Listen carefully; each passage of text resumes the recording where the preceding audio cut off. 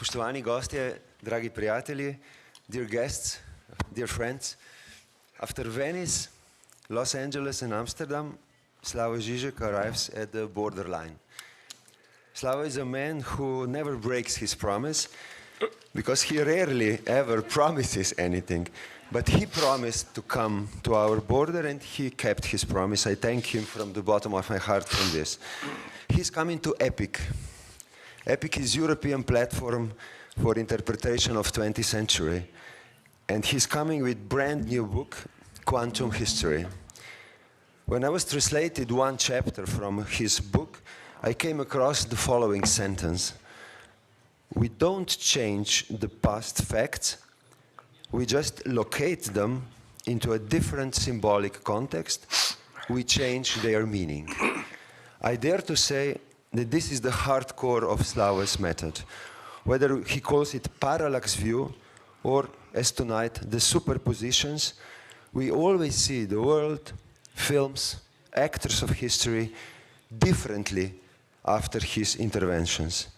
That can be so harsh sometimes that some would have liked to take him off the stage, like it happened 2 years ago at the Frankfurt Book Fair, when he told Germany, Europe, and the world what had to be said about Gaza 2 years ago. Here is today's disclaimer. After Professor Žižek locates the facts in a different context, it is not sure that all of us present here would return to where we came from. And I don't mean just the usual East-West divide. I also mean more Hitchcockian, Shakespearean one. Whoever goes here from the border to the north-northwest doesn't go mad, but comes to Topolo, and whoever goes south does not know a hawk from a handsaw, but ends up in a Parco Basaglia. So where the west is not necessarily the west, and the north is not only the north, it is at least possible to try to think differently.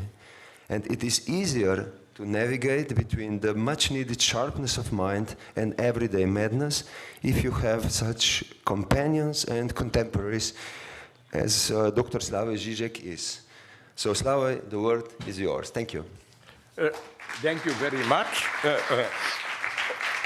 Although this, what you said, paints me in such a high way that I was all the time tempted to look back like, who is that guy?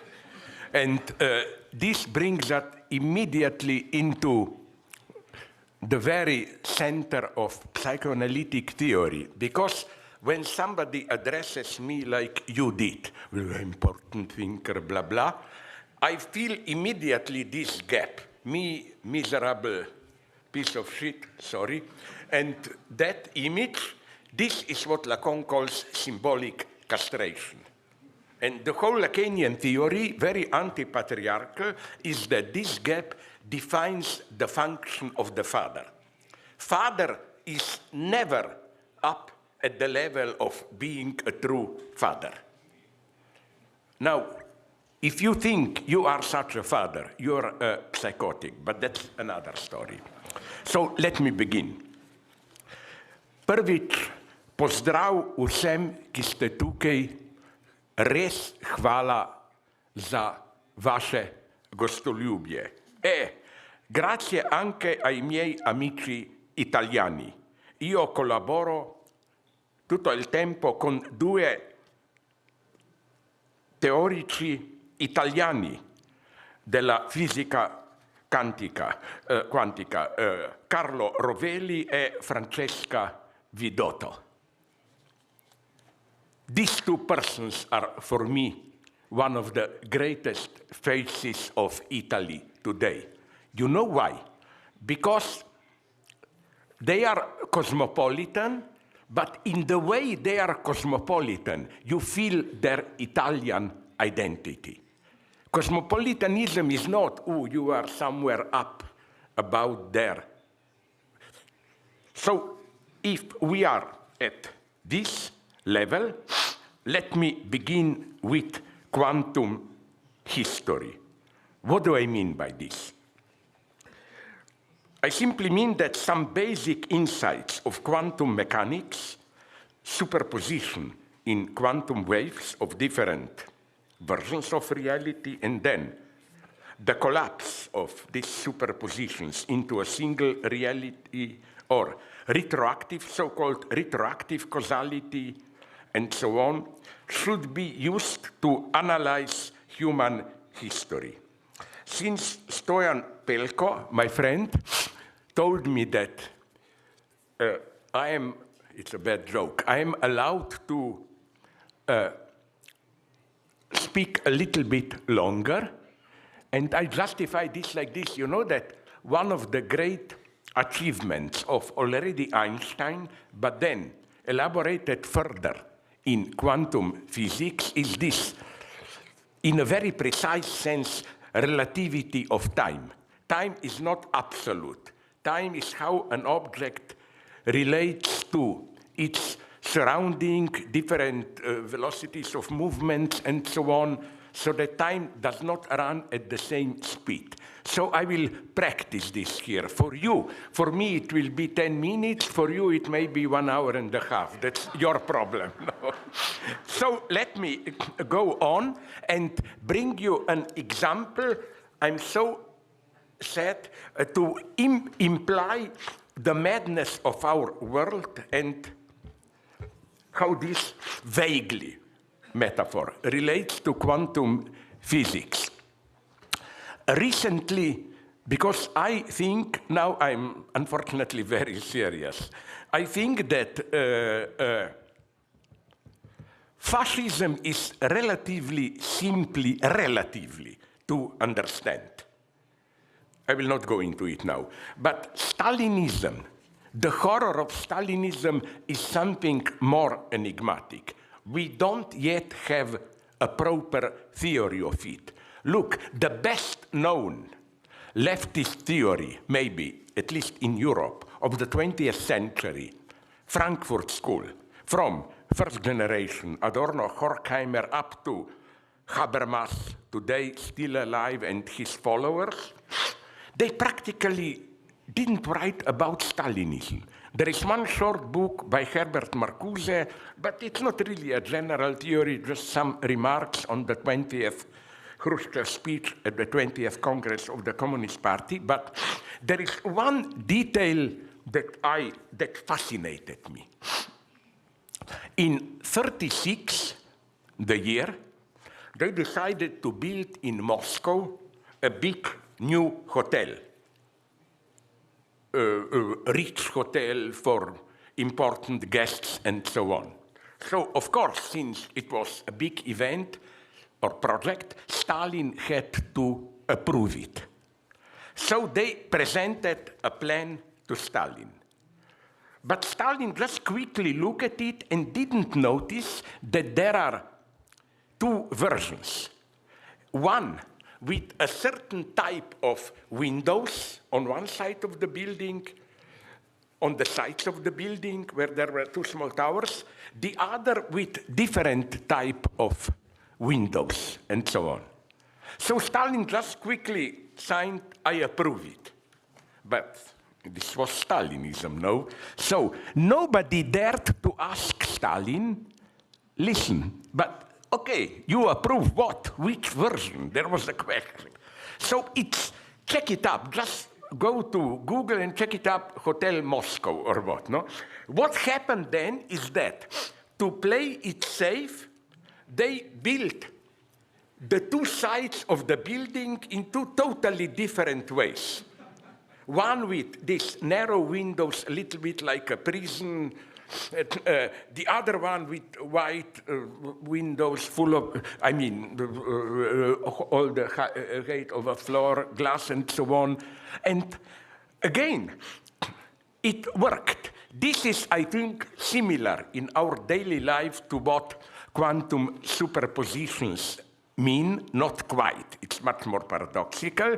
But what I like immensely is that it is as if, you know, to understand this building, you don't just, it is not just obligatory to know the plan. No, you must know two plans, which are incompatible.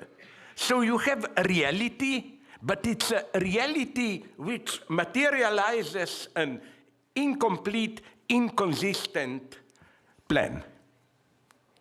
So it's not a unity of reality. Now, I think that this is what is needed today. What do I mean by this? Again, why quantum physics? I cannot but begin by an anecdote, which I often used it 15, 20 years ago. Maybe some of you know it. You notice that I am a sadist.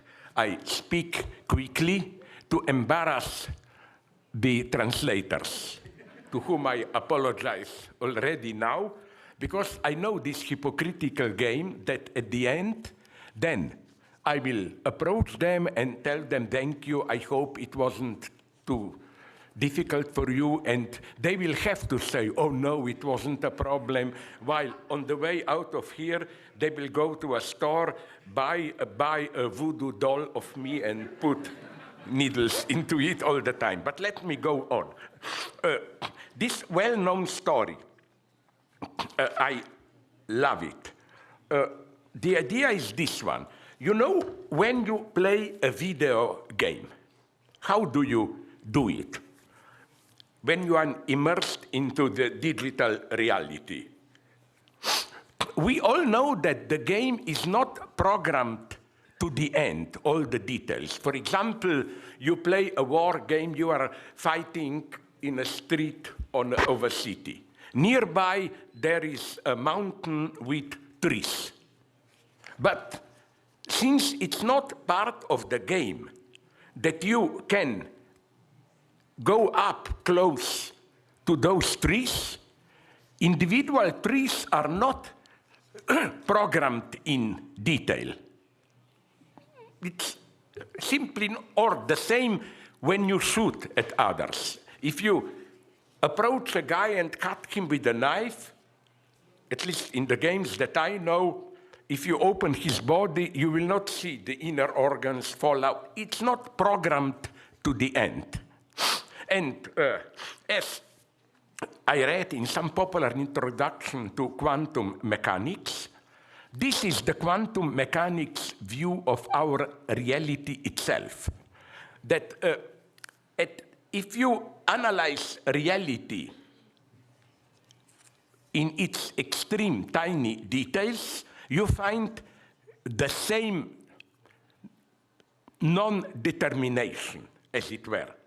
It is as if, it's a wonderful theological metaphor, it is as if, and I say this with all respect, I define myself as an atheist, a Christian atheist.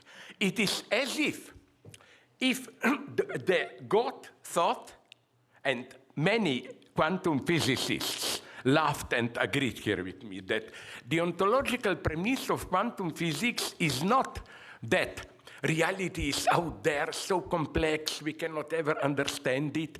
It's that God was a little bit too lazy. He thought people are rather stupid. The structure of atom is as far as we can go, humans. So why bother with planning photons, electrons, and so on? People will never reach that level. We did it, and to use a wonderful vulgar English expression, we caught God by his pants down, you know, as it were. In this sense, reality itself is fuzzy, undetermined. It's not just contingency, things are contingent. No, quantum mechanics, yes, deals with different possibilities, options, and so on, but they are not just contingent. You have so-called Schrödinger's equation, which precisely describes the probability of something happening. Okay, I don't have time to go on, but with other implications. When something happens, it's always one of the options of what possibly could have happened, and now we come to the, you will say, obvious. No, no, no. Quantum physics theory is that it's not that we have multiple possibilities, and then one thing happens, and you say goodbye to other possibilities. To understand what happens, you have to understand what didn't happen. Because it is as if, at the quantum level, all possible options happen. To repeat another old joke here, which I love, I used it already 25 times, from one of my favorite films, Ernst Lubitsch, Ninochka. You must know this joke. A guy enters a cafeteria and said, "Can I get coffee, but just without cream, just coffee?" And you probably know what the waiter answers. "Sorry, we have no cream, we only have milk. So since we don't have cream, I cannot give you coffee without cream. I just can give you coffee without milk, because we have milk, no?" And it's only meaningful to say without cream if there is an option that you have cream. Now, you will say this is an abstract, stupid joke. No, and you know with whom I debated this point, and although we often fight, I'm friendly with her, and she agreed with me exceptionally. Judith Butler agreed that this is crucial for the history of feminism. Feminist experience is we women are not treated or do not work, do not operate the way we deserve, the way we want. But to apply the metaphor of coffee, you know, are you then in reality a woman without cream or without milk? What does this mean? Originally, feminism was much more modest. It was, okay, let's say we women have our post in life, we have to be good housewives and so on, educating. But nonetheless, we demand certain minimum of decency. The husband should not beat us or humiliate us or what. But this is still a very modest position. This is like without milk, no? Without the husband treating us with certain decency. But then, and that's good news, then things go on. Then they say, but wait a minute. Why shouldn't we also be professionally active? I don't just want to be treated nicely by my husband. I want to stand on my own. I want to earn money, and then after this, we go even to a higher level and say, why am I not allowed to participate in public political life? It's a level further. So you see, all the time women, in a justified way, complain. But although they are in the same way that coffee is always the same, in my example, plain coffee. But symbolically, there are three different coffees. Plain coffee, coffee without milk, and coffee without cream. They're materially the same, but in our symbolic space, they are not the same. In the same sense, women who are exploited are women who are exploited.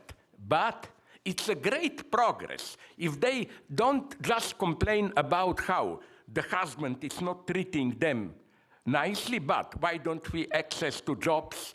For example, didn't you know that up to the 1950s, somebody told me in England, if a woman got married, a husband had to control her bank account. I mean, you know how recent these things are. So,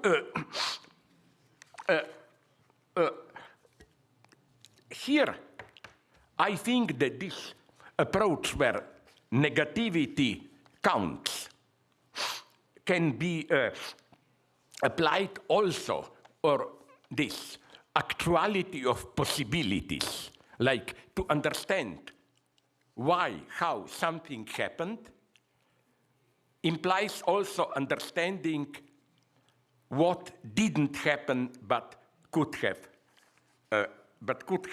happened. And this is what I mean by how I apply to history the quantum notion of retroactivity. A thing is open, and then retroactively it becomes this or that. My favorite example, which I'm sorry I mention all the time, is Shakespeare's, it's a well-known, but that's why I'm mentioning it here, Shakespeare's Hamlet. Read it as a plain text, and you will see an incredible amount of simple contradictions, stupidities, and so on. And in my radical reading, which I will develop now in a short book that I'm writing, my idea is that Hamlet is really the bad guy of the play. Not only from a feminist standpoint, just read it closely what he does to poor Ophelia. He humiliates her in all possible ways and so on, but it's much more, you know, are you aware what happens at the end of the play? Fortinbras, who is a Danish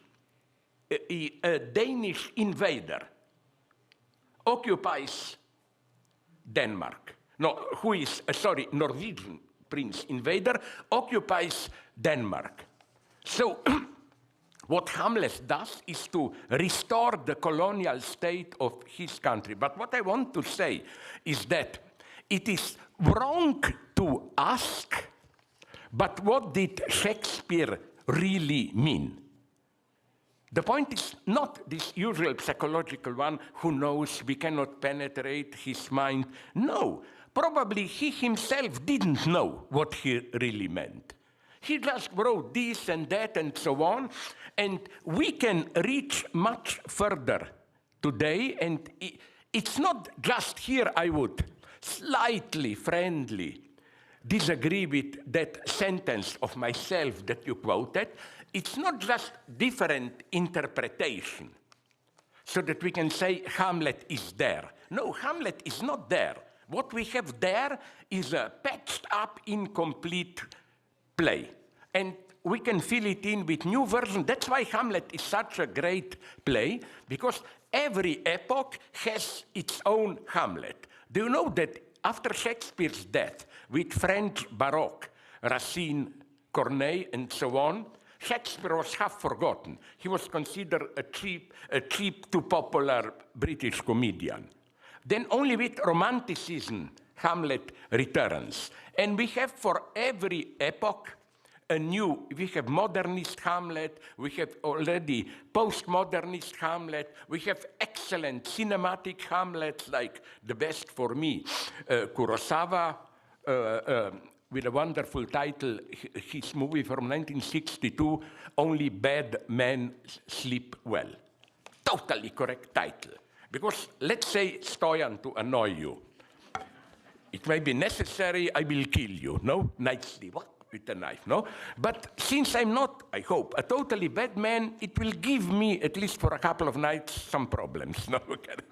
But, you know, if I were to be a truly bad man, I would say, so what? Let's go to a hamburger and have a nice sleep, you know? But I want to say that this version of Hamlet, you know, it's not just this artificial interpretation, pseudo-contemporary version. It gives you to see something that was potentially in Hamlet, but we were not aware of. You know who is my ideal here? The greatest theorist of ideology, although he didn't know. You know that when Darwin proposed his theory of evolution, this is the spirit of quantum physics. I forgot his name, I'm very sorry. Darwin's friend was a very orthodox Church of England theologist, and he had a problem. According to Darwinist evolutionary theory, it took 100,000 of years for humanity to evolve. So how could we combine this with the Bible, which, if you take it literally, some Englishmen, I love their empirical sense, even literally tried to reconstruct, taking into account all the generations from Adam and Eve, literally tried to reconstruct and came to the conclusion, I love it, that God created the world the year 4023 before Christ at 9 in the morning. I love this. God had an early breakfast here and then let's do some work, But what I love, and now you will say, but how do we explain then the fossils and all the science? Here comes the most wonderful theory this priest proposed. It's nonsense as a biological theory, of course, but it's correct as a theory of ideology. He said, when God created the world, he created directly fossils as fossils. He created the past by directly creating fossils, It's like kind of a false opening, as in a movie where you have the fake background and so on. No? This is my vision. I quote here a conservative British poet, I always quote him, T.S. Eliot, who says that every really new work of art not only means a break with the past, but subtly changes its entire past. Just think about Christianity. After Christianity, we read the history of religion, all previous religions, in a different way. And the same goes for history. For example, my favorite example, it's fake news. It didn't happen, but it circulated. It's beautiful that in 1953, when Zhou Enlai, the second guy after Mao in China, was in Geneva doing the Korean War negotiations, somebody asked him, what do you think about French Revolution? And Zhou Enlai answered, it's too early to say what it meant. Zhou Enlai was right. You know why? Because the disintegration of socialism, really existing socialism, in 1989, you see the wonder, exactly 200 years after the French Revolution, can be read in different way. For the majority of liberal historians, it meant the epoch of traditional modern revolutions, which began with French Revolution, is over. Now we live in a totally different world where revolutions are no longer possible. But let's hope, and there are signs today that the legacy of 1789 is not yet dead, but it's open. We are in an open situation. Now let me characterize further this openness. I always liked, but not for the usual reasons, Antonio Gramsci, grande Italiano. You know why? Because it's such a paradox. This great Marxist is now extremely popular in right-wing circles in the United States. I discovered, it's incredible, don't underestimate Trump, how people around Trump sometimes believe more in Marxism than today's Marxists themselves. For example, Peter Thiel and his pupil, J.D. Vance. Maybe some of you know René Girard, a great theorist of mimetic desire and so on. You know that Peter Thiel studied philosophy, this billionaire who produced J.D. Vance, studied philosophy with René Girard, and then read it in his own reactionary way. So why Gramsci? Here is maybe the best known sentence from Gramsci's prison notebooks. The crisis consists precisely in the fact that the old is dying and the new cannot be born. in this interregnum, a great variety of morbid symptoms appear. He doesn't say symptoms, I don't know why they translated the symptom. Gramsci said fenomeni morbosi. So it's incredible how leftists and rightists, they all tend to agree, and they quote Gramsci, we live in this interregnum. The old is dying, capitalism, welfare state, liberal democracy, the new is not yet here, something, so it's the time of interregnum. But if you read closely that Gramsci, you see that Gramsci is more complex. From Gramsci's view, and remember that Gramsci wrote this as a reaction to Italian fascism. But if you can read Gramsci between the lines, you can see that it's not simply Italian fascism. He even had suspicions about the emerging Stalinism. So we have first plurality of these morbid phenomena. But my rereading of Gramsci, I wonder if you would agree, is that if we read Gramsci in a simple way, okay, the old is dying, the new is not yet here, so we improvise strange phenomena. I think that the most dangerous illusion is if we keep still this progressive linear notion of history and just say, okay, things get complicated. The new didn't arrive early enough, so.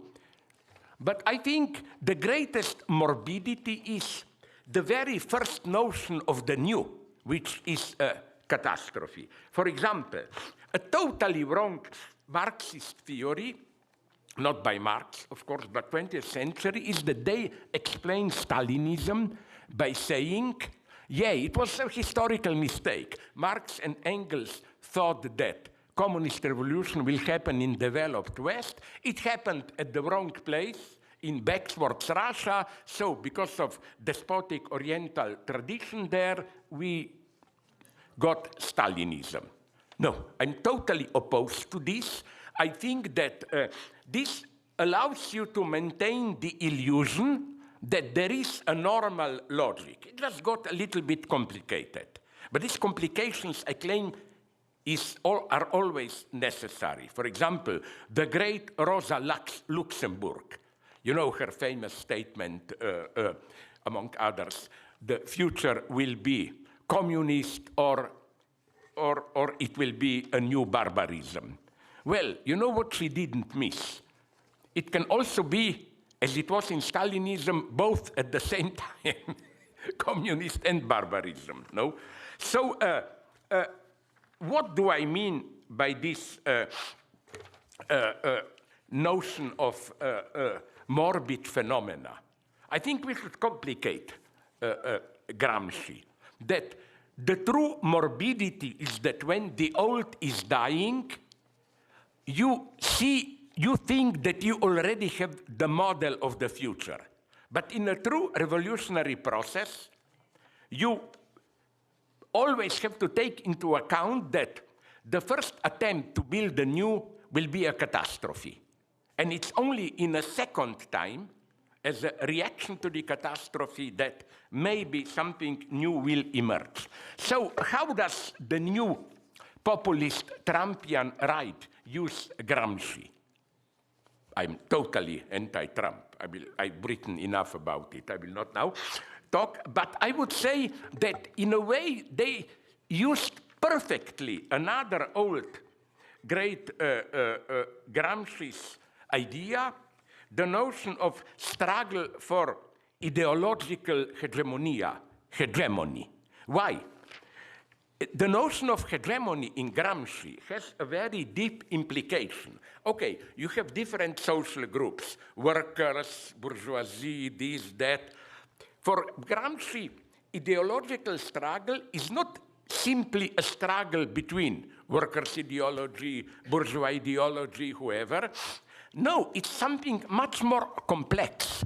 The space of ideology is composed by a multiplicity of inherited notions. You have patriotism, you have even working class, whatever, and you win in the hegemonic struggle if you succeed in building an ideological totality which includes all these notions. That's, for me, for example, one of the mistakes of the contemporary left.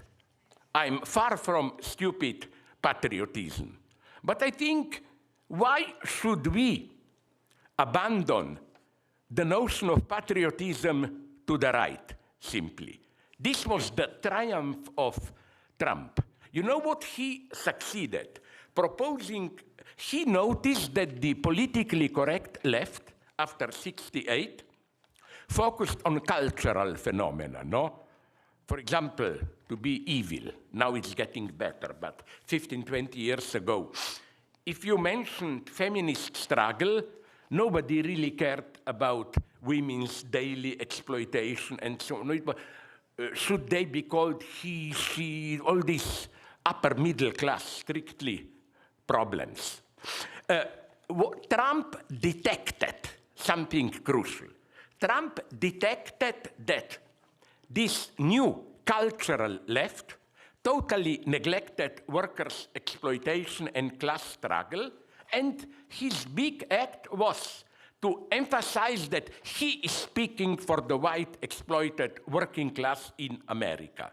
So he did something very ingenious. In his project of hegemony, he took the key moment of the traditional left, exploited working class interests, and appropriated for the rightist populism. And the left, in its total confusion till now. Now there are some signs. Bernie Sanders, Mamdani, and so on. They said, no, questions of cultural identity, cultural minorities, and so on.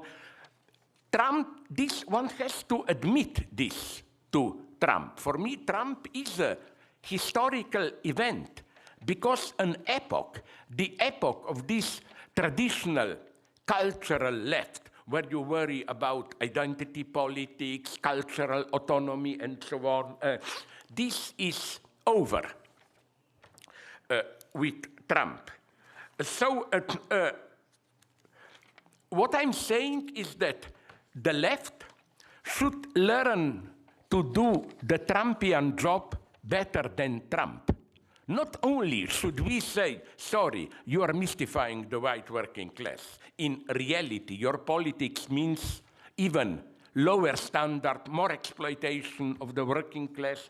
No, we should also shamelessly attack Trump from within, how he cheats with regard to his own ideology. This is, I developed it in my books by them, haha. This is my idea. You know what is Trump for me? Don't laugh. A pure '68 phenomenon. By '68, I mean '68 revolution, which was for me the beginning of the end of the left, the origin of the cultural left, and so on. Because, you know, Trump pretends to be a conservative Christian traditional values, but compare this with how he acts publicly. If there ever was a postmodern historicist politician who doesn't care about the truth, who says this today, you know, like with Mamdani. First he says, a month ago, Mamdani is 100% communist. I will take all the money from New York. Now, a week ago, when he said, great guy, I will help New York, he's a totally pragmatic relativist, also as a person, morally.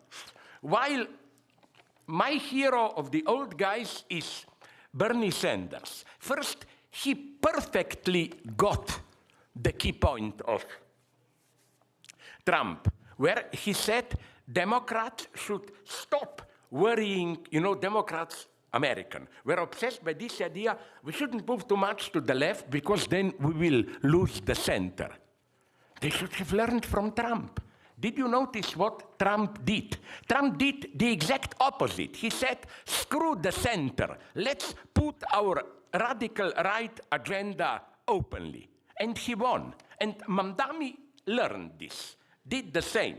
Or as Bernie Sanders said, if we want to win our American democratic voters, should not be these middle classes that we should get by not being too radical. It should be disappointed Trump voters, those who vote for Trump. And it's not empty words. He succeeded in Vermont. You know who votes there for Trump? Precisely poor white farmers and so on, the people who otherwise would have, or who votes from Bernie Sanders, who otherwise would have voted for Trump. So let's go on. Why do we live in this confused universe? What went wrong? Let me give you, I just want to shock you and give you different ideas, and then I go to sleep and you can think about it. I recently met a very intelligent Chinese social theorist who, of course, has difficulties in China and works mostly in Germany, in Halle, I think, Qiang Biao. He elaborated, I don't know how to translate it, the notion of nearby, not neighbor, but nearby as something that is disintegrating today. It's a very simple insight, but although he actualized it in detailed analysis of Chinese situation, I think it holds even more for us in the West. Today, his idea is we are more and more withdrawing into a narrow circle of 2-3 professional colleagues, narrow family, and so on. And on the other hand, the big other in the sense of society as such. What is disappearing is what Biao calls the nearby in the sense of your immediate surroundings. A group of, let's say, 100, maybe less, maybe more people, whom you do not select, but you are thrown into this group. You find, and these are people, you don't have to be friends with all of them, but they provide this kind of a immediate social network. And this is clearly, now I know because I was 2 weeks ago in Los Angeles, what horrified me in Los Angeles is that all these places of the nearby are disappearing. For example, Santa Monica, the 3rd Street there. 30 years ago, it was a wonderful street with cafeterias, bookstores, people just walked there, you said, no. Now there are all closed spaces of shopping malls and so on. It's no longer a social space like the old town square was in small American cities. Not to mention to be a little bit vulgar, but not really, the problem of sexual seduction and so on. I know friends of my wife and so on, quite a couple of, to be obscene, beautiful women who found themselves alone in their early 30s and don't have this nearby, a society where to flirt, maybe find. No, they all do these horrible things that if I were to be in power, as a good old Stalinist, they all get gulag. Bumble and Tinder, you know, these horrors. Sorry, this is not authentic social interaction for slow building, erotic tension, and so on. This is just a horrible, for me, exchange of cliches. You present yourself as what you think you are, and so on. It doesn't work. So my point is that the dream of digital space is that they will recreate this dimension of nearby in the digital space. I think it doesn't work because all the groups in digital space are always explicitly excluding some others. They're identified with some gay people, lesbians, sadomasochists, fascists, leftists, whatever. There is already a selection. So what Trump wants to do, and his ideologists, is when he speaks about speaking for ordinary Americans, he wants to recreate this sense of local community, but in a racist way, excluding immigrants or whoever they are. Here they are opposing two notions which are very important in the sense of we must distinguish them. What Xiaobian calls nearby, it's not il prossimo, the neighbor. It's just those who are my local surrounding and the neighbor in proper Catholic Christian sense, il prossimo. But for Freud and Lacan already, the neighbor is not simply a nearby. The neighbor is, you know what's the best idea of the neighbor? Let's say you have a friend and you think you know him perfectly. Then at some point, this friend does something totally unexpected, either in a good sense, sacrificing himself, oh my God, I didn't know he was such a great guy, or unfortunately, more often, he does something horrible, no? Betrays you or whatever. At that point, when you said, my God, but I really didn't know this guy. This is the moment of neighbor. That's why Freud and Lacan problematize this traditional notion from the Bible of love your neighbor as yourself.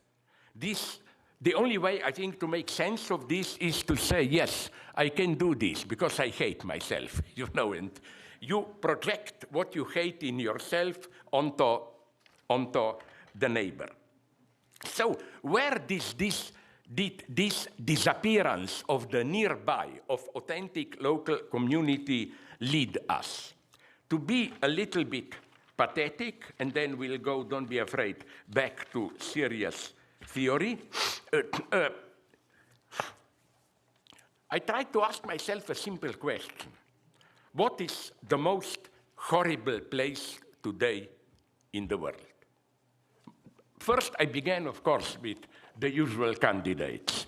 Gaza and West Bank, Ukraine, then Sudan, Eritrea. But I came to another conclusion, that this is what is wrong in today's world at its purest. The transnational, outside state, but not quite outside state, logic of global capital. You know that the strangest place today in the world is a region, relatively small region, 40, 50, I don't know, square miles, in the triangle near Thailand, Laos, and Myanmar at ex-Burma border.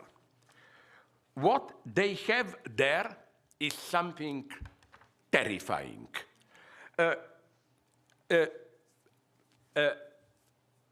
Gangsters there organized scam in the sense of treating so-called scam centers. They have, if you look at it from satellite, it looks nice. Buildings, lawn, stores, and so on. But if you penetrate there, you see, they have at least 100,000, probably more, slaves. And slaves in the most brutal sense. They kidnap them. Young women, also from Europe, or whoever, and what they do is they have to spend 14 to 17 hours per day. You know all those messages that you get on the web. Do you want to earn 100,000, blah, blah, blah. Or these erotic messages. I am a young lady, I would maybe like to marry. Okay, I will not go into details because I don't know them, but the horror is just to give you an idea. You'll say, so what? A settlement there. Yes, but you know how much money they turn around? Financially, they are, that area there, the third strongest economy in the world, after United States and China. And you know what they do with persons whom they have there imprisoned? It's a standard procedure, 3 steps. First, they exploit you, but you have to reach a certain quota. Through digital media, seduce so many men, get money from them, or get their money through other forms of cheating. When you no longer reach the quota, you are put in a nearby building, which pretends to be a hospital, but you are there in chains, and they are gradually selling your organs.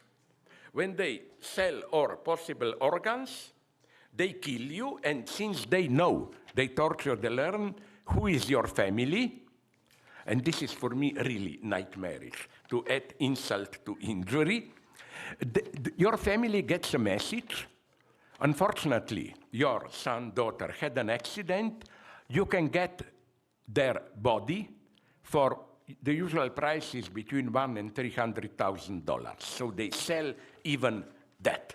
And what makes me really depressed is that 2 things. First, some journalists made interview with these bosses.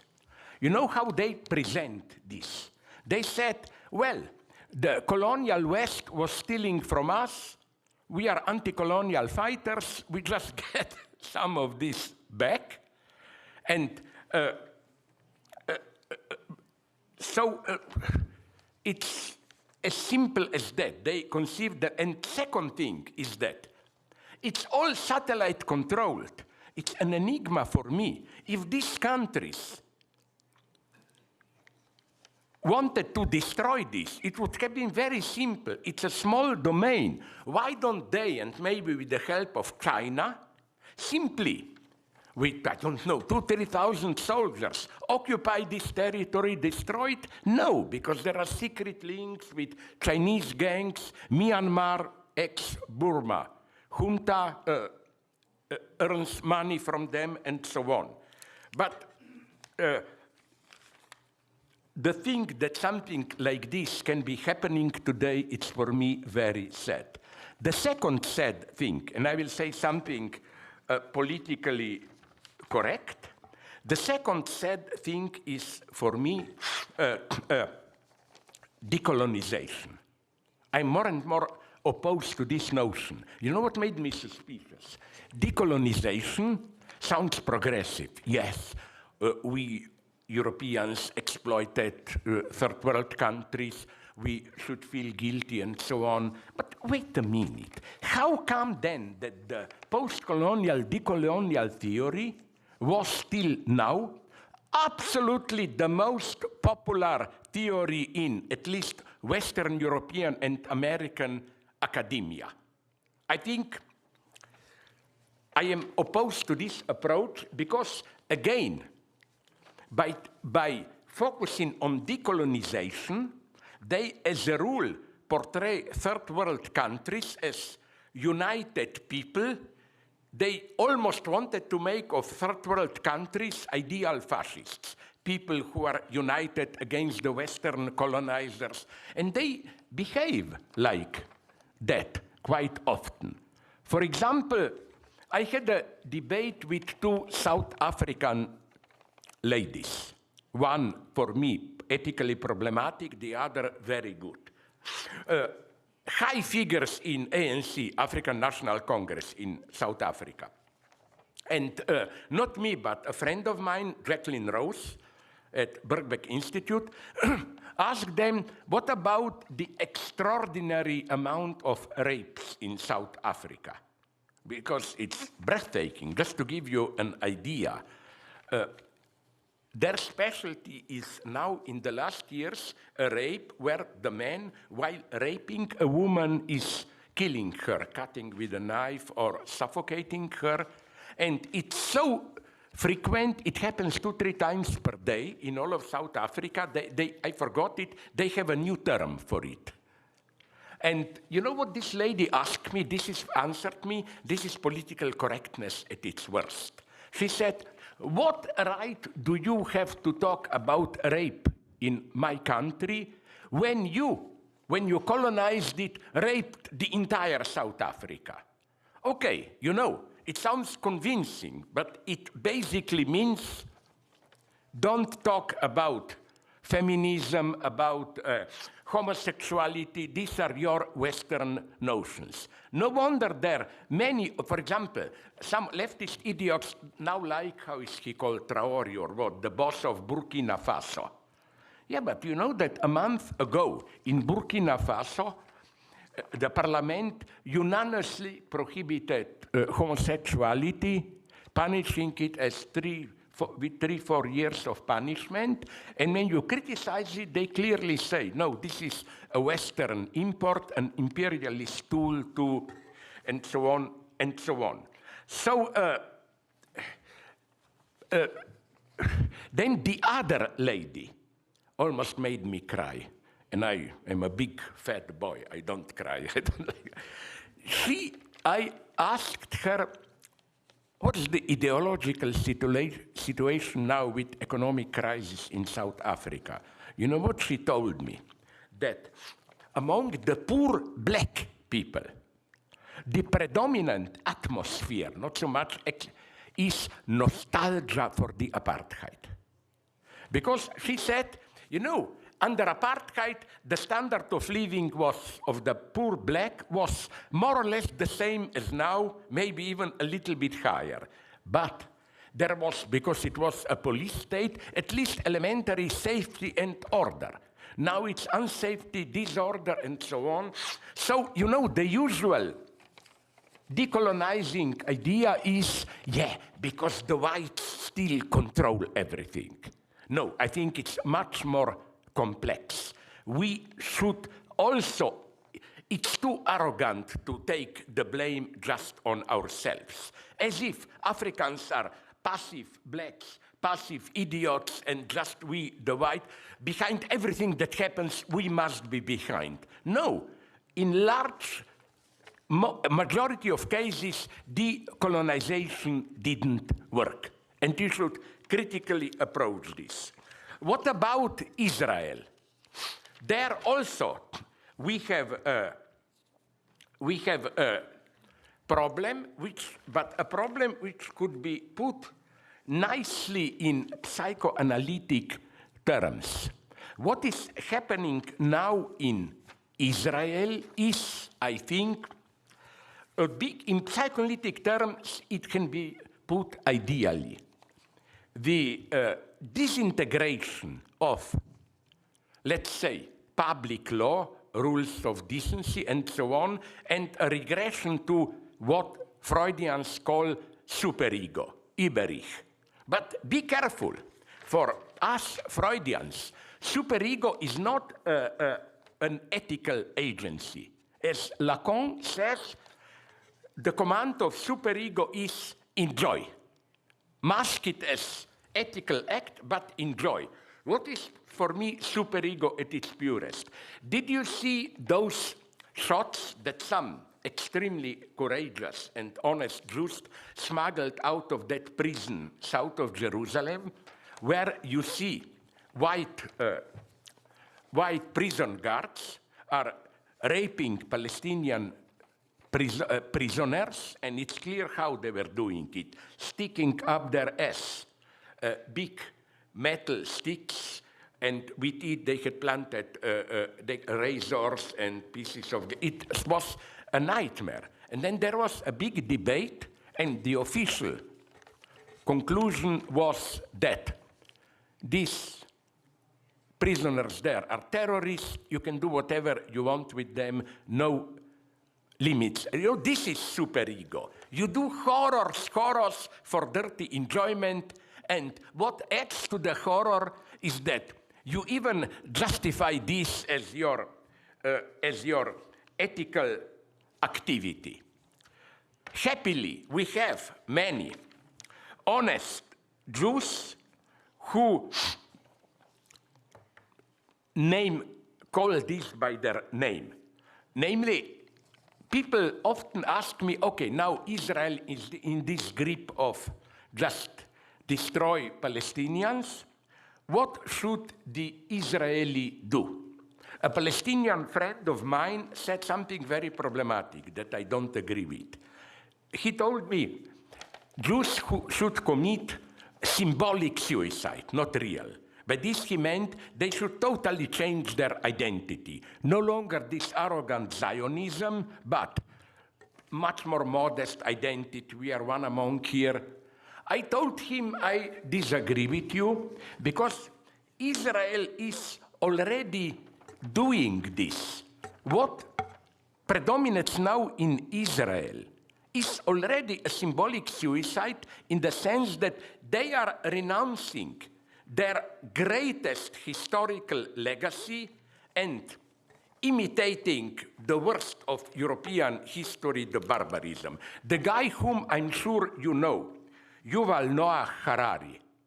I'm on friendly terms with him, we don't always agree, but he put it in a wonderful way. Please tolerate this quote. Judaism has survived. It has become the world champion in surviving catastrophes. But it has never faced a catastrophe like we are dealing with right now, which is a spiritual catastrophe for Judaism itself. The worst-case scenario that we are facing right now is the potential of an ethnic cleansing campaign in Gaza and the West Bank, resulting in the expansion of 2 million Palestinians. From there, the establishment of Greater Israel, the disintegration of Israeli democracy, and the creation of a new Israel based on an ideology of Jewish supremacy. The worship of what were, for the last 2,000 years, completely anti-Jewish values.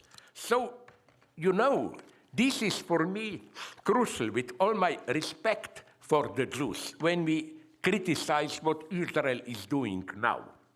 It's not enough to say, oh, you have your extremes, Palestinians have other extremes, terrorists, let's make a compromise. No, we should tell to the Jews, you are symbolically killing yourself. You are betraying your identity. You are no longer the notion of civilized people. You know that Jews were crucial for European enlightenment. You are betraying all that. So, my problem here, slowly, we are approaching the end, if you are stupid enough to believe me. In this confused situation in which we are, of course, people are desperately searching for some new, stable form of communal life. And the natural, let's call it, candidate for it would be religion. I don't think that religion, even at the level of fundamentalism, is the true danger today. Maybe you know this old line of thinking of mine. I think that today, you know, Marx said religion is the opium of the people. I think we have now 2 new opiums of the people. You know my joke. They are opium and the people. Like on the one hand, right-wing populism, which is a pseudo-notion. The whole point of populism is to obfuscate inner antagonism. So all of a sudden there are the people. This very notion masks exploitation, class distinctions, and so on and so on. On the other hand, opium in the wide sense of which reaches from hard drugs, fentanyl, opium, and so on, up to these modest things like not even Xanax, these sleeping pills and so on. I don't know what's the situation here on the border. If you look across the window to Italy, I wonder if it's the same there. But in United States, I read statistics that in these, how do you call them, intellectual professions, relatively, students and professors at university, journalists, and so on, around 90, not 90% of the people depend on drugs. Not opium, but how does it usually work? Shamelessly, I admit it, I am doing this. I feel, as you can see, too nervous, so I take a drug to calm me. Then I'm too passive, so I take a drug to bring me alive a little bit. So there is no natural normality. Normality is something to be achieved with the right combination of drugs. No wonder that, and I find this crucial, no wonder that it's a phenomenon which is taking place now in 3 countries which will maybe decide our future, I think, or 4. China, Taiwan, South Korea, and up to a point, Japan. There is a new tendency there. Forget about dissidents and in China, anti-West, those who want Western capitalism, no problem. In China, they have something they call Bai Lan, I think. It is literally translated as let it rot. The attitude adopted by tens of millions of young people who are simply losing interest in public life. They say, get a modest job so that you survive, enjoy it, exclude yourself from society. Did you see a movie, I forgot the title, done by, was it Volker Schlendorf, I think, about a Japanese guy, Wim Wenders, yes, about a Japanese guy who functions precisely like this, in total, and Chinese are now so worried that Xi, their president, gave recently a big speech where he complains about this inactivity. He openly admits this is much more dangerous than some pro-Western dissidents or what. And, you know, it's very interesting what he proposes as solution. Not communism, didn't care about it, it's no longer active, but return to Confucianisms.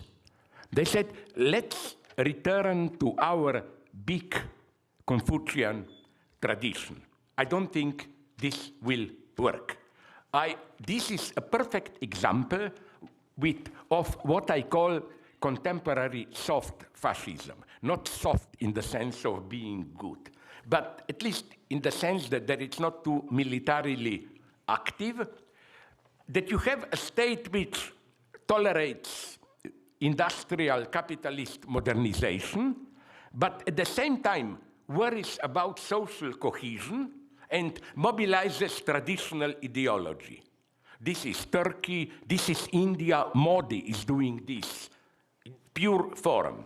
Brutal exploitation, capitalism, and Hinduism reactivated.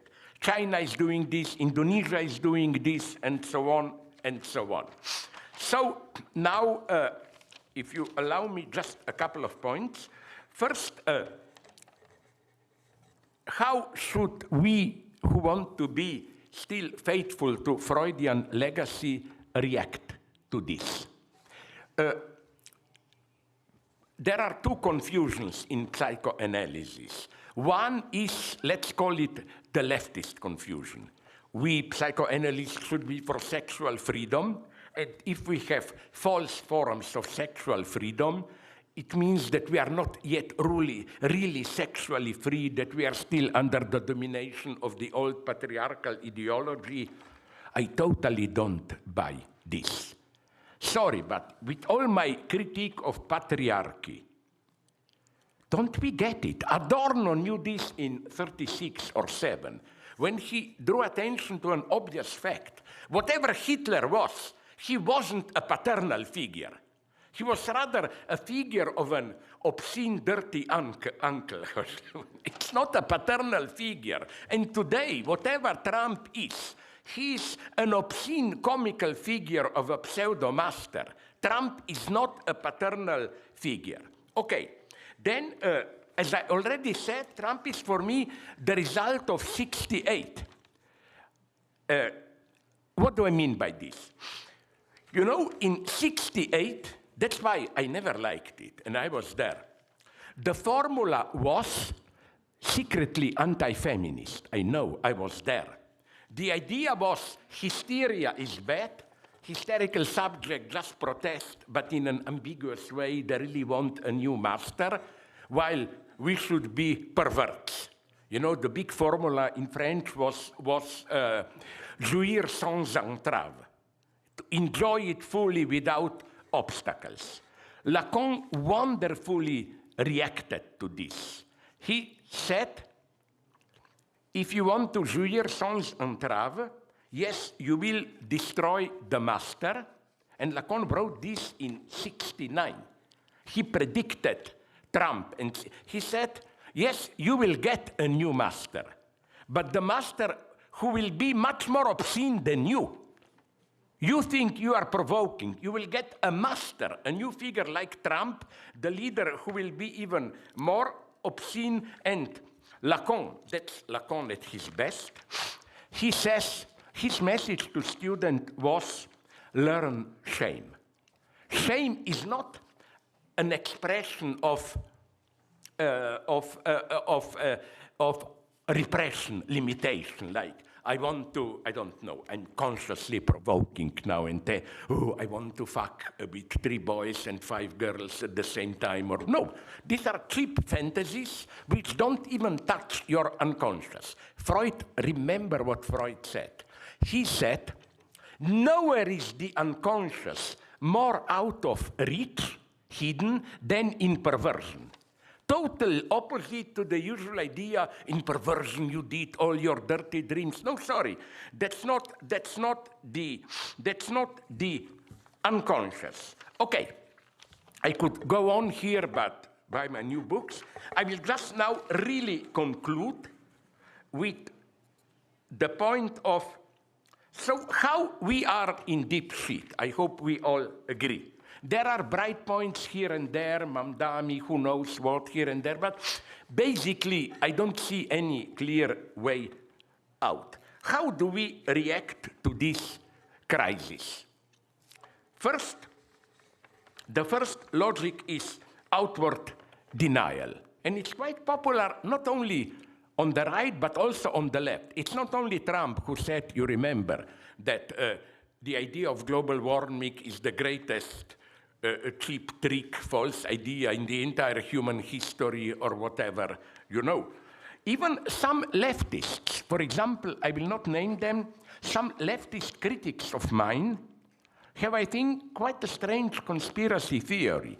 They claim that all the crises that we experienced lately, ecological panic, COVID pandemic, war in Ukraine, and so on, are just inventions by a big capital to keep workers under control.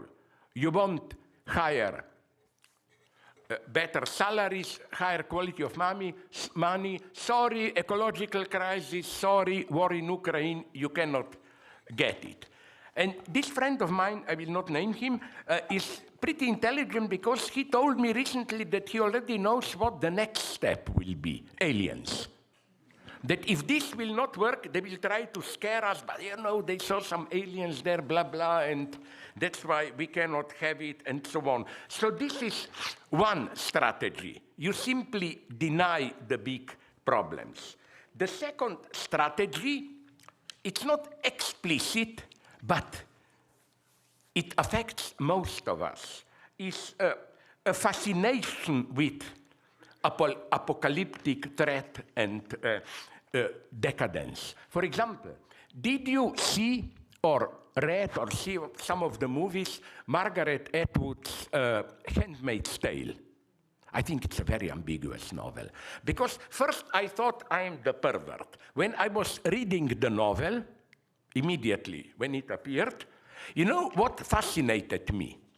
What new and new forms they produce to oppress women, you know. They cannot read, they shouldn't eat this, that. And it was a wonderful strategy, because I could say myself, oh, I'm just reading this to experience the horror. No, fuck me, I enjoyed it. But I enjoyed it under the pretext that I'm just horrified by it and so on, you know. So this is the second strategy. Now I'm coming to the end.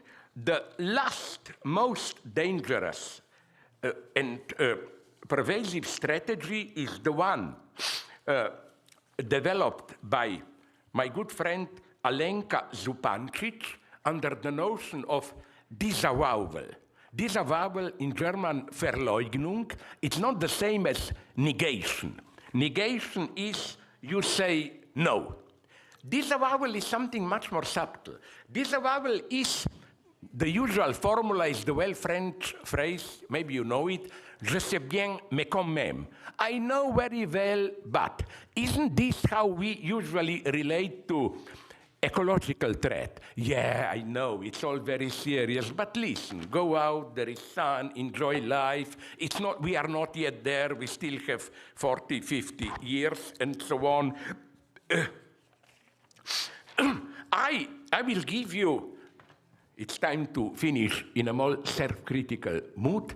I will finish in a more obscene way by, and admit to me if it happened also to you, by a more personal obscene story, pure disavowal. A friend of mine pretended that he knows to read destiny in poems, you know, these lines here. So I laughed, I said, what an idiot, you take this seriously. My friend won me, beat me. He said, okay, let me then allow me to read your poem. I said, no, of course not, it's nonsense. Then he said, but wait a minute, if you know that it's nonsense, why don't you then allow me to do it? You know, and basically, he caught me. I knew it's nonsense, je sais bien, mais quand même, let's not play with it. You know, it can be. And that's how I think, again, we are functioning today. We know very well ecological trouble, artificial intelligence, and so on, but we are not ready to take it seriously. So the problem, what we need here, now comes really my final point. What we need is, don't be shocked, more stupidity, but the correct stupidity. You know whom I quote here? It's horror. Otto von Bismarck, you know, the German chancellor, who, let's say it today, deserves to be celebrated. You know that Germany was the first in the whole West to establish a minimum of welfare state. Retirement money, pensions for workers, some form of universal health care, and so on. So Bismarck wrote, quote, stupidity is a gift from God, but it should not be abused. I tend to agree, but how should we not, what would be stupidity? When I say, je sais bien, mais quand même, this doesn't, and I cheat, like, yeah, ecological crisis, but it's not so serious, we still have time. I'm not saying, do just take it seriously. Focus on what you know. It's more complex. Things are open, inconsistent. We really don't know in detail what will happen. And this uncertainty opens up the way for what I called, in a good sense, stupid activity. In the sense of, yes, it's a mess, but I know very well it's a mess, but nonetheless, let's act. And this is what I'm trying to formulate in a more consistent way now, a logic of despair, but a despair which can be productive. I like to, last page, last paragraph, I like to watch old modest movies where unexpectedly you get some wonderful line. So recently I saw a movie, short TV movie, Munich, The Edge of War, from 2021. It takes place among lower diplomats when Hitler was negotiating with Chamberlain. There is an English guy who says, okay, it's not a good treaty, this Munich Treaty, but let's not lose hope. Let's continue to negotiate. We still have hope. And a German guy who is radically anti-Nazi says something wonderful. Hoping is waiting for someone else to do it. We would all be much better off without it. For me, despair is not simply, oh, we can't do anything. Despair means there is no hope. But hope is always defined by the present horizon. Despair means if we leave our social structure the way it is, we cannot resolve anything with small changes here and there.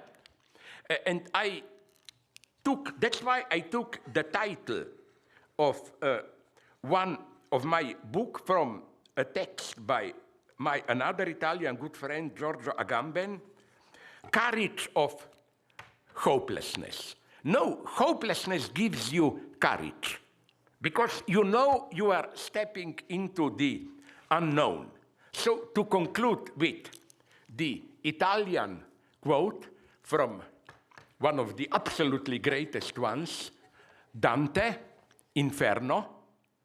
You know, when a priest asks me, I have very good connections with priests. You can better talk about materialism with them than with stupid atheists.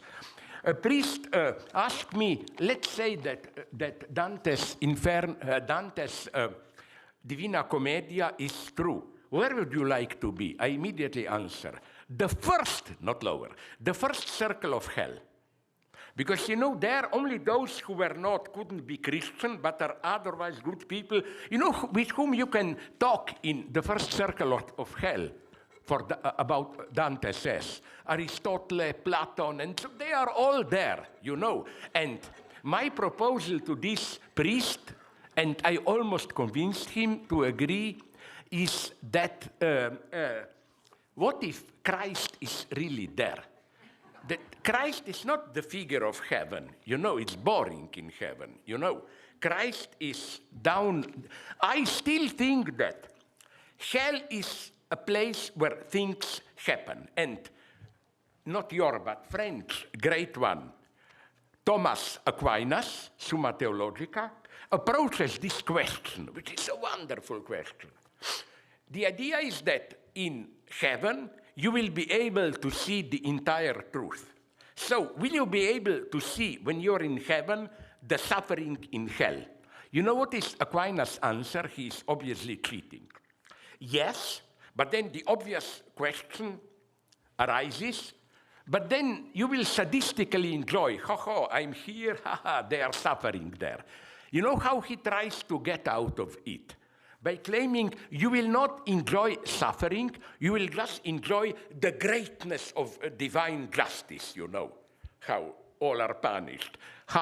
No? So then I elaborated a dream which was accepted with great laughter and a certain sympathy by my Catholic friends, that hell is what? First circle, it's nice, there is some oil burning, but back there, you have a nice hut, you dance, it's warm, you can roast meat in oil.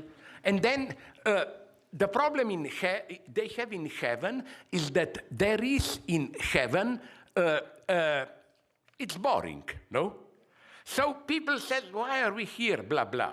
So once a week, let's say in heaven, they said, do you really don't like it here? So let us show you hell. So they, those in heaven are allowed to see for 10 minutes hell. But how does this look in hell? Some devils substitute and comes and say, guys, end of fun, now the camera from heaven pretend to suffer. Cameras are on, and then people, Then after 10 minutes, they say, cameras are off, okay, have fun again, you know. But you know where I don't agree with you, if you are more Catholics here, both sides of the border. At one point, would you admit or not, that's Christianity at its greatest. You Catholics predominantly, it's not so clear, have a wrong reading of the wife of Pontius Pilatus. In some version of Catholicism, she is even celebrated as a saint, because, you know, she tried to convince Pontius Pilatus that Jesus Christ is nonetheless a sacred person, don't crucify him. And so the Catholic, they even in some circles, Catholic proclaim her a lower saint, you know, not the high. When I was in Norway, I talked with the Protestants, they said the opposite. The wife of Pontius Pilatus was the worst agent of the devil. Imagine Christ not being sacrificed. Where is Christianity? Where is redemption? And they agreed with me. The only authentic hero in the Bible is Judas. Because it's clear from that kiss with Jesus Christ and so on that they made a deal. And he is a hero because he knows he will be damned forever, but he is ready to do it so that Christ will be able to do his mission, die to redeem us. That's a true heroism, no?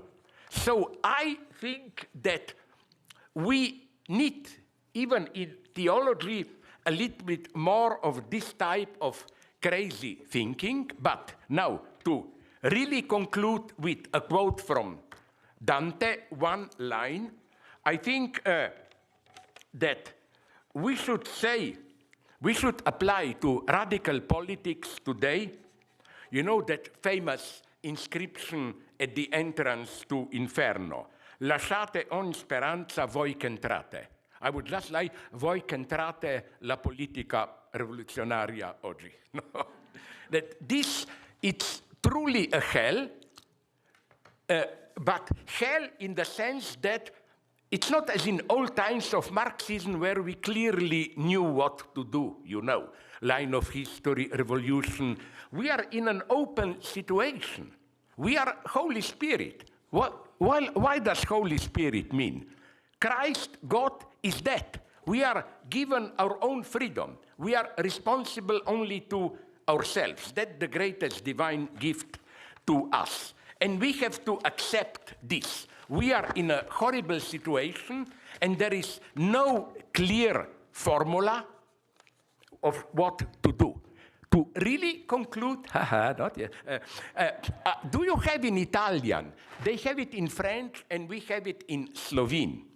In French, they have this wonderful duality, futur, avenir. Do you have it, futuro, avvenire? Because futur is future. It is the way things will be, even if they remain the same. Future is the continuation of what goes on now. Avenir is something new to come. So the great formula of avenir, of better future, is no future. You must realize that it cannot go on like this. Grazie, thank you very much for your patience. I'm sorry if I was too long, but what could you do? You had to suffer. Thank you very much. Bye-bye.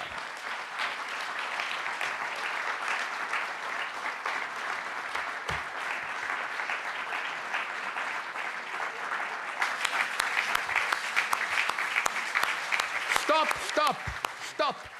My old joke, I'm sorry, but I cannot resist. Wait till we communists will take over, then you will have to applaud, you know. Wait for that moment, you know. Reserve your energy, please. Where are we now? How much? Perfect. Slavoj, najlepša hvala. Thank you very much. Why do you speak that strange language? You know how you should... Now, my really last joke that I love it. I know, you probably know the full Italian proverb, no? With a dirty word in between. But I like to apply it to thinking, no? So would you agree? Vino puro, pensiero duro. Vino rosso, pensiero grosso. Vino stanco, vino bianco, pensiero stanco. I know which dirty word you know should be, but that's how, as a philosopher, I read this great Italian proverb.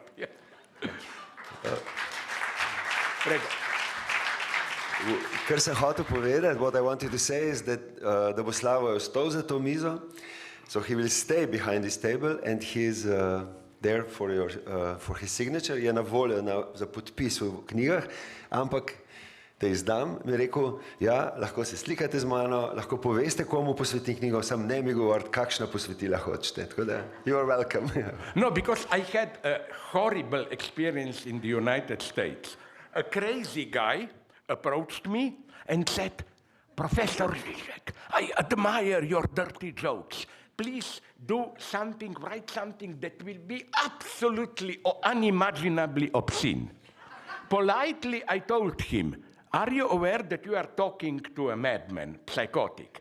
And we psychotics take things literally. If you want something obscene, you will get it. He said, yeah. Then he was hurt. Because I wrote, I fuck your mother up her ass standing in a dirty toilet and so on and so on. And he was hurt, no? So that's why don't ask me questions. You will get this type of answer, okay? Prego. No, but really, what I want to do is to provoke you begin thinking. Thinking is needed today more than ever. Grazie. Okay?